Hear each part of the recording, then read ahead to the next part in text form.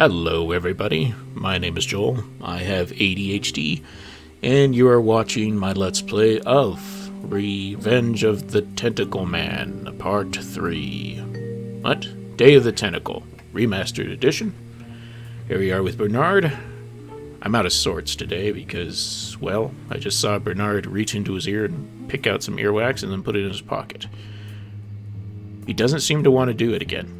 I was not recording when that happened. Okay, his glasses slid down. Okay, you know what? We're just going to leave it. Anyways, last time, we finally got the recording of Dr. Fred opening the safe.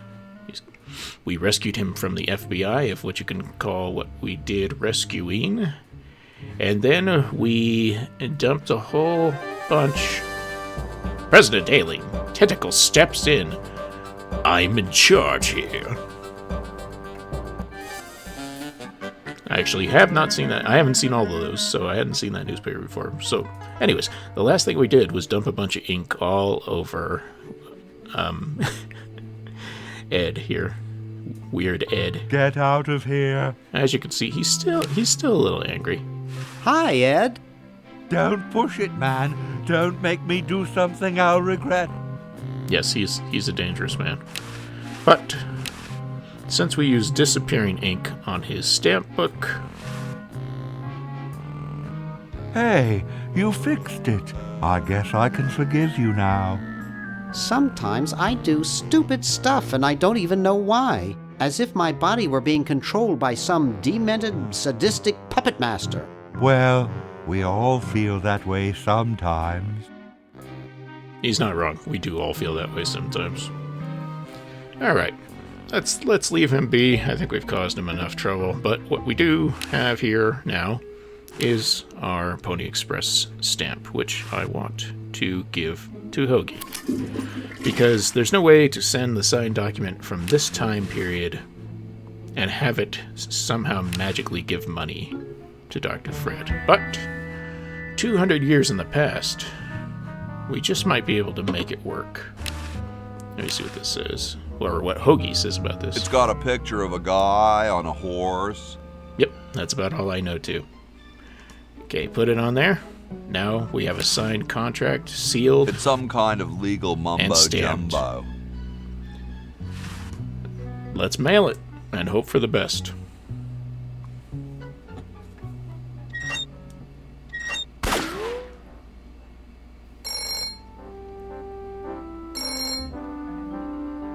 Yes, what do you want? Hi there. Is this Dr. Fred Edison? Who did you think you called? Dr. Spock? Look, I don't have all day. This is Farley Crock at LucasArts Games. I just discovered your contract among some very old files, and, well, our lawyers say that we have to pay you $2 million in back royalties. For the use of your family in the Maniac Mansion video game. What? This is Farley Crock. No, I heard that, you moron. When do I get my money? Oh, right now. It's been credited to your Swiss bank account. Operator, get me a travel agent. This is an emergency. As you can see, it ended up working out. Now, there's two jokes there that I want to talk about. The first joke is that Dr. Fred mentions Dr. Spock. Now, I'm pretty sure he's not talking about Star Trek Dr. Spock. I think he's talking about baby expert Dr. Spock, who was big in the 80s or 70s, I'm not sure. But it doesn't really matter, just something that, once again, I wouldn't have known as a kid. I'm not even sure how familiar I was with Star Trek around that age, because I lived in kind of a no sci-fi house. Anyway, and the second joke is Dr. Fred calling a travel agent because he's going to go to Switzerland to access his bank account instead of just using the bank book. He has, yes, funny jokes. Funny jokes. So, we've got that little problem solved. Let's go back to Bernard. And Bernard doesn't have to do anything. Wow, Dr. Fred's rich. Because he has access to Dr. Fred's money. So why don't we go take care of that?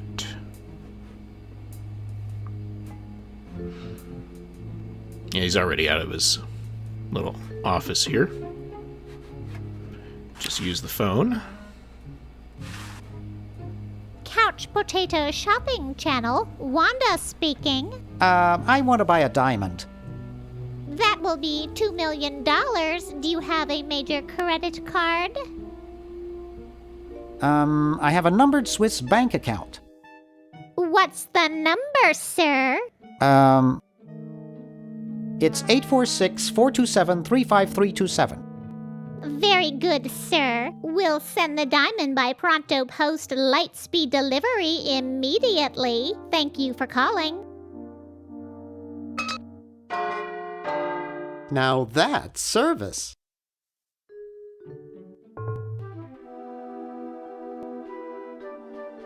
I'd better get this to Dr. Fred right away. Autopilot. That should do it. Where did you get this diamond anyway? It was donated by a group of Girl Scouts who were in the neighborhood. How heartwarming. Can we bring back my friends now? We've repaired the primary device, but before we can do anything, both time pods must be energized as well. Then we can bring back what's his name and who's her face. Hoagie and Laverne. Yes, fine specimens.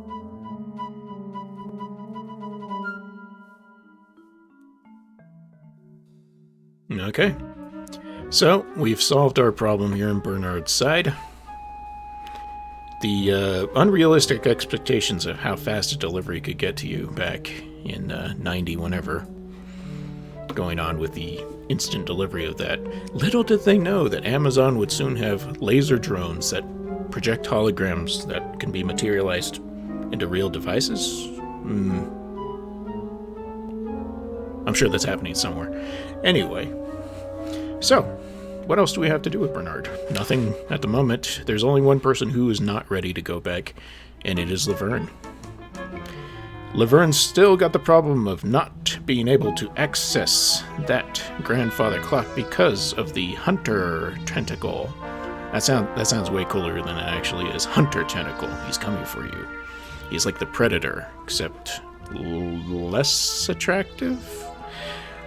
But we do have this cat. He loves scratching his back on here. And if you've seen enough Looney Tunes, you know that cats and skunks are the same animal, except can't get close to him. One has a stripe. Okay, so just take this idea. We've got Cat rubbing on one spot. We can't get near him, which means we can't paint him if we wanted to put a white stripe on. Now, for white paint, we have the Boo Boo Be Gone. And I think that's the only white paint sort of item we have here. Red, disappearing ink. Yeah, and Hoagie doesn't have anything except for soap and water. Now Laverne has the Boo Be Gone. Fascinating. That's all you have to say about this? Okay, that's fine. So, okay, if we can't get it on the cat, use Boo Be Gone with fence. Well, see what happens. This ought to be good.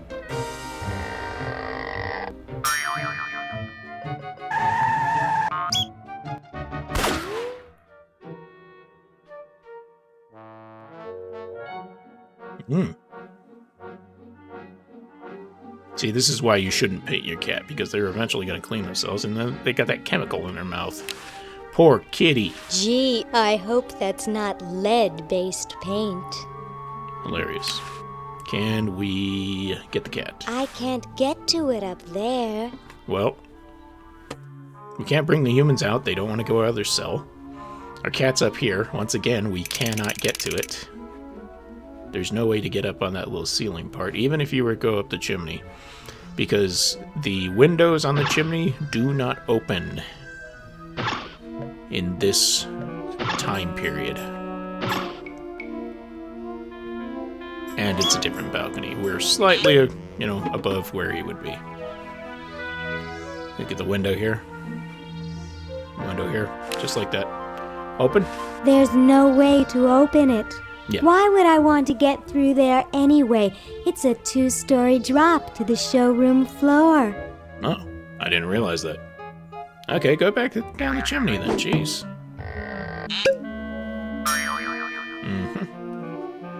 So how do we get the cat off this roof? What do cats like? Like if I had some tuna fish, I could give the cat that. Or some milk or something like that, but I don't. So, Hoagie, what do you think? Okay, never mind. Doesn't want to tell us. There was another cat that we saw. Not in modern time, but in this time. I don't know if you remember the cat. Actually, let's go the short way. Up the chimney.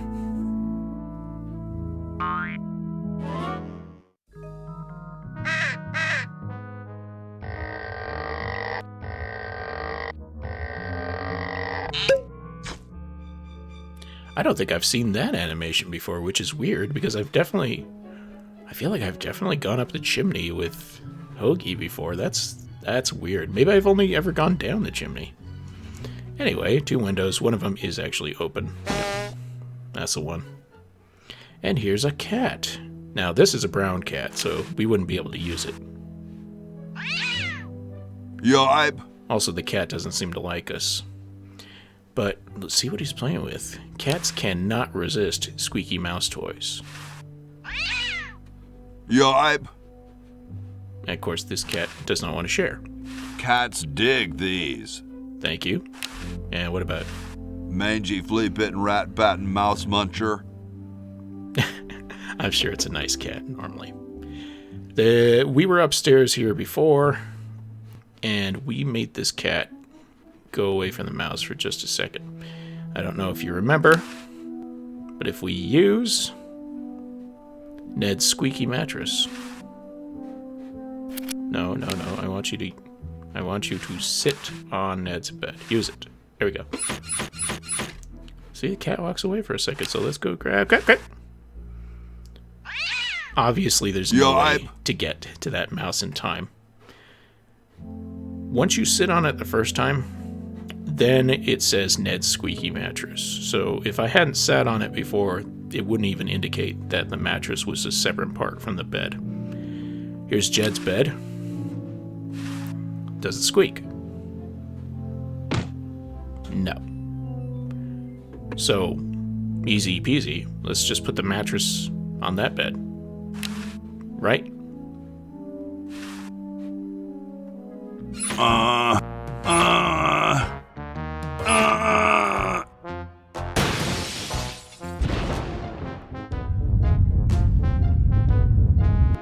Sounds like the cat's caught a moose up there. Well, he did it. The squeaky mattress is now on Jed's bed. Let's use it. And our kitty gets out. He just got a little bit farther. I feel bad doing this, but we need it. So, we steal that poor kitty's toy.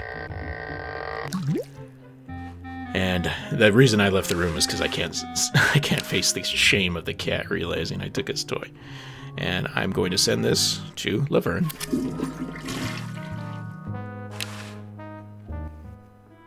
Laverne, meet Squeaky Mouse Toy. Oh, I love these. That's good. Let's use it with this cat and see what happens. Well, what do we have here? Looks like a prosthetic rodent. Another specimen. She has a cat in her pocket. And we're okay with that. Finally, Let me look at him. Ooh, a skunk. How frightening. What? Not a skunk. Oh, I see. I see what you're trying to say. Okay, let's go see what happens. What do they think about this? Are they going to be tricked?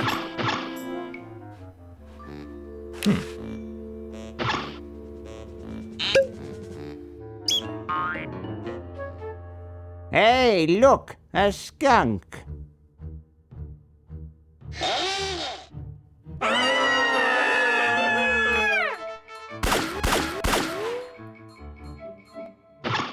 Come back here, you mangy humans! You can't do this!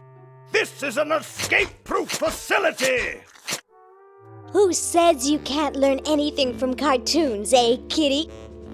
Yep, try it at home, kids. It works every time. Do not paint your cat. I'm serious. If you were thinking about painting your cat after watching this or any Looney Tunes, don't do it. Paint yourself instead. If you put a white stripe just across the top of your head, you will also look like a skunk, I guarantee it. Okay, so we got them out of there. The hunter went and chased after him. You know what that means. We are free and clear and almost ready to go home. All we gotta do is plug in the Chronojon. Yeah. Oh, she seems okay. Here we go. And earlier, we shoved this extension cord through the window. All we have to do is plug it into this outlet. But it's all hooked up outside. Oh, yes, I'm not trying to tell. I want you to use it with the outlet. There we go. So this is a generator. It's the same generator that they have in the modern times. And it doesn't work on its own. You actually need something else to make it work. It's the same generator that was in Dr. Fred's lab. Do you remember what you need to run this generator? Hamster generator.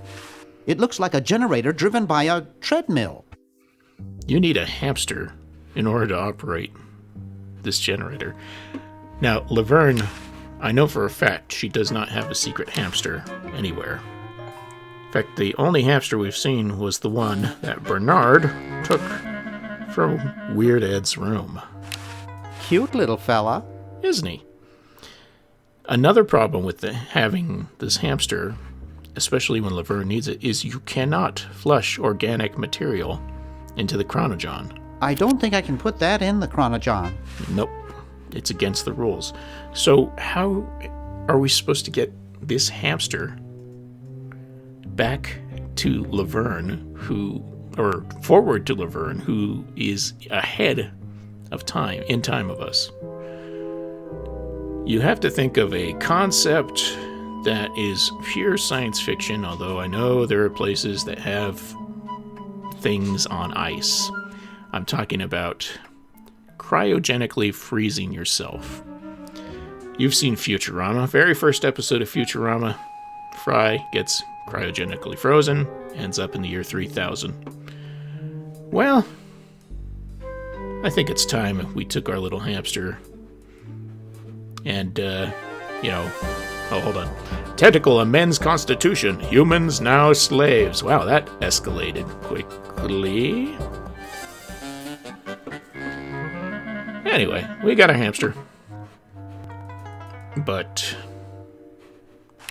there's only one section of ice I can think of. Now, is that ice also here? Because that's going to be key. No point in freezing the hamster to death, because that's what would happen. Oh, looks like it's the same old ice machine. That ice looks incredibly old. In fact, it has the same ice from 200 years ago, I guess. Well, get ready for this. I'm sorry to do this to you, little fella, but it's for the future of the whole planet.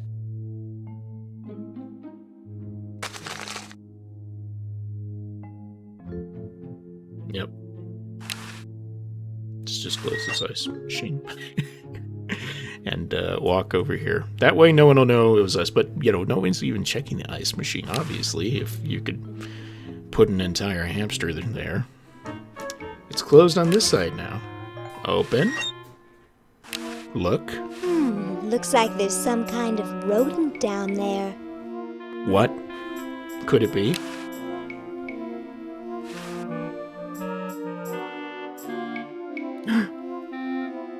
Ugh. Perfectly preserved hamster. He's frozen solid. So that's not good. We don't want a frozen hamster. We need a hamster that can run on a treadmill. And I don't know if you've been incredibly cold and tried to run on a treadmill, but your legs break off. Fact. So we got to warm him up. The fireplace at this point is purely ornamental, or possibly for getting rid of human ashes. But there is another room that has something we might be able to use. Now, like I said, in the original Maniac Mansion, you could do something absolutely terrible with a hamster. Absolutely terrible. And then they edited it out of future versions because people complained about it. But it's kind of a well-known secret what you can do. And, well, we've got this microwave here. It has 3 settings: cook, jet defrost, and mutilate beyond recognition. Jet defrost.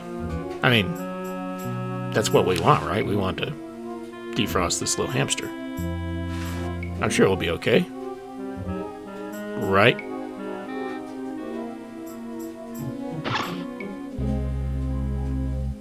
Gosh, I hope this isn't like the primitive, dangerous microwave ovens of my century. Those things could really pop a hamster good. Uh-oh.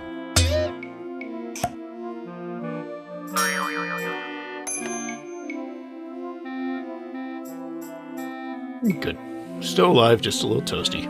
That was fun, but only because this is the 22nd century. You see, kids who put hamsters in microwaves back where I'm from get taken away from their parents and put up for adoption.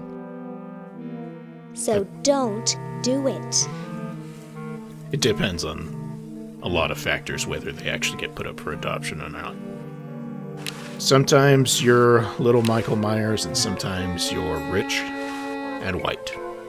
Oops, sorry, didn't mean to bring politics into this. Anyway, we got our hamster, but he is stoking cold and He wet. still looks really cold. Well, when I'm cold, I know for a fact one of the best ways to get uncold, or warm, as the plebes call it, is to exercise. So, let's just see if we can put him on the generator.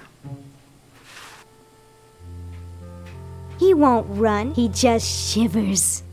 He's too cold. He is too cold. Take him back. So how do we warm up the hamster? We obviously cannot send him back to any of the other times. Cryogenics only goes one direction. And we can't put him in the chronogen like we said. So we need a way to warm the hamster up. Now, I know what you're thinking. You're thinking, Hoagie, you've got fire. Let's just see. I might hurt the little guy. That is true. That is why you cannot use the cigar lighter with a cold, wet hamster. We have to come up with a more creative solution. When you're cold in the house and your mother won't let you turn on the heat, or you won't turn on the heat because you're a responsible adult and you know that the heating bill is going to kill you if you keep putting the heat on even though your feet are cold every night, and they always tell you the same thing, put on a sweater, put on a sweater. How's it going to fix my feet problem, Mom? Maybe we should find a sweater. Bernard, do you have a sweater? No, he doesn't. I think we saw a sweater somewhere, though. Let me think about this. Let me think about... What do you got there? What do you got? It says it's a sweater. Let's take it. I can almost get it now, but Lardo is lying on the sleeve. All right, Bernard. Okay, I have a huge problem with calling somebody Lardo. In general, okay? It's not... Anyway. We put a dime in, and he moved. We have another dime. Let's just find out what happens if we use the second dime.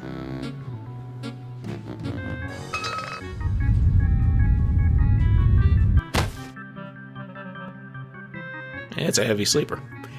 There we go. We've got a nice, weird, Christmas-looking sweater. My grandma gave me one like this for my birthday. Not surprised. Let's pick it up. Ew, it's soaking wet. Yeah? Yeah, how do you know it was soaking wet when he first lied down on it? Has nothing to do with anybody else. My grandma gave me one like this for my birthday. Thank you. Okay, so it is a reindeer. Green with red nose and red feet. I'm afraid of what he's going to say, but let's go ahead. Now there's a heavy sleeper.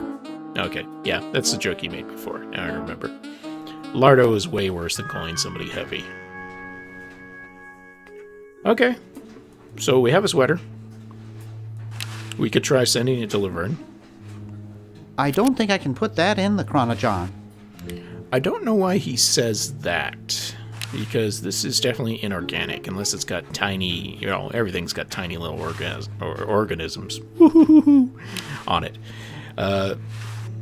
But that's not the problem. The problem is it's soaking wet. We need to dry it off.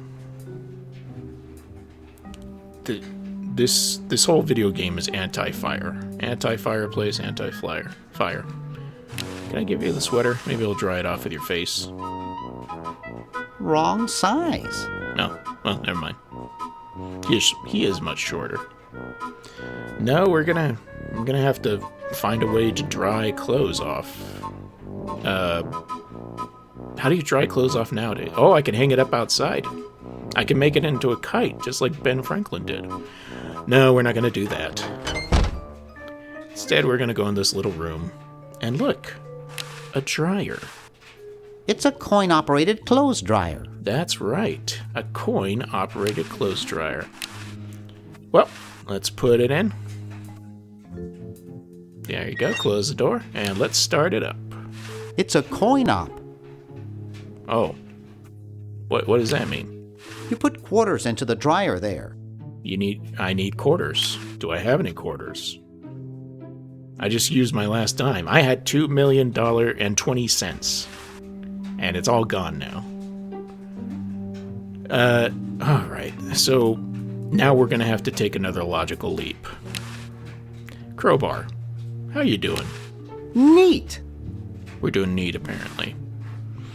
What else takes quarters in this place? Nothing. Nothing that we interact with, other than commenting on the contents of it. Do you know what I'm talking about? Probably if you've played the game before. But if you were 13-year-old, 12-year-old me, you have no idea. Because we literally don't interact with the candy machine. Except he says that the beef jerky looks good in the light.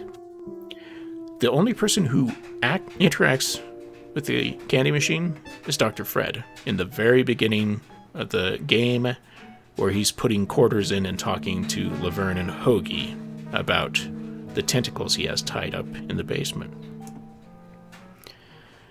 So you have to make the logical leap. Candy machine uses quarters. Why? I guess that's just the way it is. You know, I never tried this with a payphone downstairs. Maybe we'll try that after. Let's try that first. Just out of curiosity. This is the right answer. But considering I thought I knew the right answer in some other stuff and I got it solved the other way. Let's see. It already seems to be out of order. Well, I don't want you to break it. I want you to get quarters out of it. Payphone, picture? There's a coin slot right there. You can't see it once you remove the dime from it. Okay. Well, that answers that. Let's vandalize. Breaking and entering? I don't know.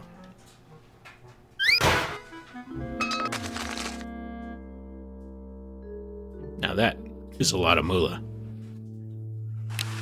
I figure this is about $876,600 worth of quarters. 800. What? That's a lot. Just pick it up. Let's go. 1968? 1974? Oh, 1977.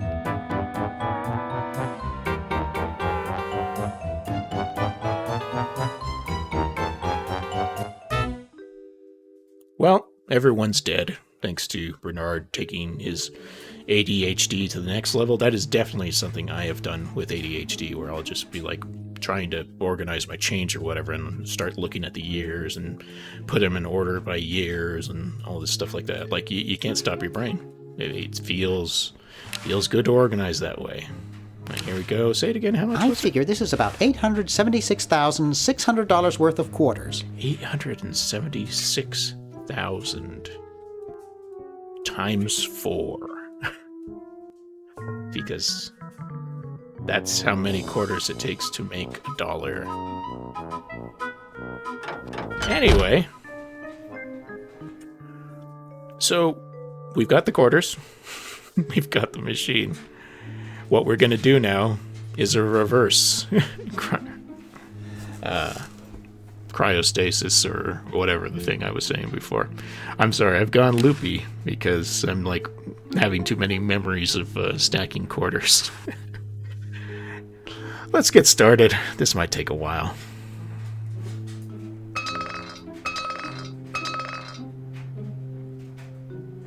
Whew. It just occurred to me, the reason why we can't send it through the Chronojohn is because we're going to end up with the exact same problem, which is that you can't send a wet sweater over because it's not going to make the hamster warmer. But our pockets are now empty of quarters. Presumably, we put every single one into the dryer. Well, Laverne, I think you would know what you have to do. Unfortunately, we're going to have to wait until the next episode. And then we'll be very, very close to wrapping things up. Probably another 2 or 3 after that. So, thank you for watching. If you could leave a like, subscribe, comment, share it with a friend, I would appreciate it. If you want to follow me on Twitter, I'm at JDT Games. And if you want to follow me on Instagram or TikTok, I am at JDTGames_KCD. Usually I just put trailers up there. I'm dabbling in other types of videos too.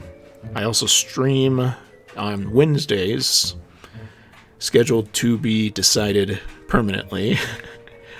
And last week I did a stream of the next 4 episodes of Futzing Around in Elden Ring. If you go to Twitch, it's twitch.tv/JDTGames with an S streaming. So 2 S's in a row. JDT Games streaming. Anyways, thank you. I will see you next time.